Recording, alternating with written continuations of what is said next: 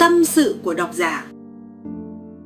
Vợ cũ nhắn tin nói nhớ, tôi chỉ trả lời ha ha. 2 năm sau tôi mới hiểu mình đã đánh mất điều gì.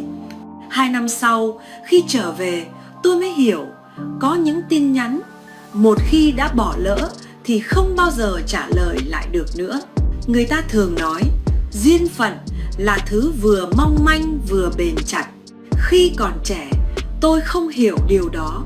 Tôi từng nghĩ hôn nhân chỉ cần tình yêu là đủ, còn lại rồi thời gian sẽ tự sắp xếp.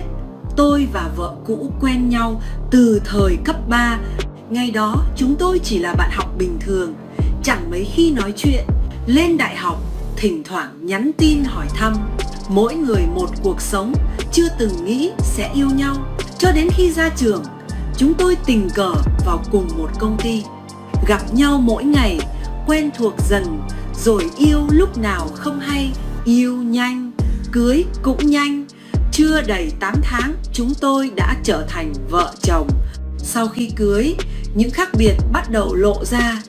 Cãi nhau vì bữa cơm mặn nhạt, vì giờ giấc sinh hoạt, vì cách cư xử với hai bên gia đình. Khi đó tôi trẻ, nóng tính và gia trưởng, luôn nghĩ mình đúng, luôn cho rằng đàn ông phải có tiếng nói trong nhà. Có lần cãi nhau, tôi đã nói em là vợ thì nên nghe lời anh. Cô ấy nhìn tôi rất lâu rồi chỉ nói một câu: anh chưa bao giờ nghĩ cho cảm nhận của em. 1 năm sau cưới, chúng tôi ly hôn. Không nước mắt, không níu kéo. Tôi ra đi với sự tự ái và tin rằng mọi chuyện là lỗi của cô ấy. 2 tháng sau ly hôn, cô ấy nhắn em nhớ anh. Tôi nhìn màn hình rất lâu, rồi cười khẩy và nhắn lại đúng 2 chữ ha ha.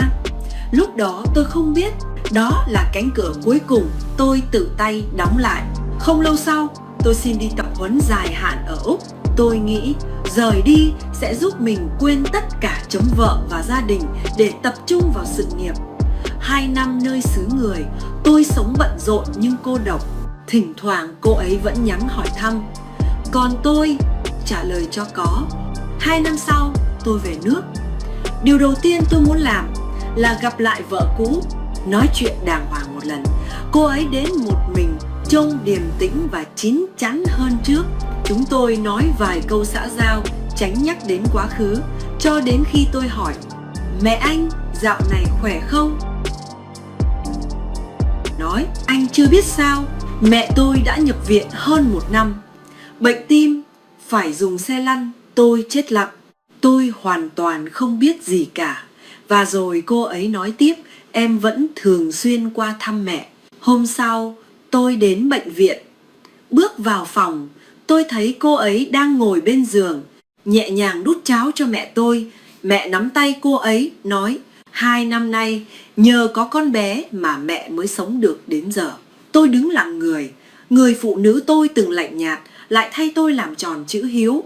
Tôi nhớ lại tin nhắn năm xưa, em nhớ anh, và 2 chữ ha ha tôi đã gửi đi.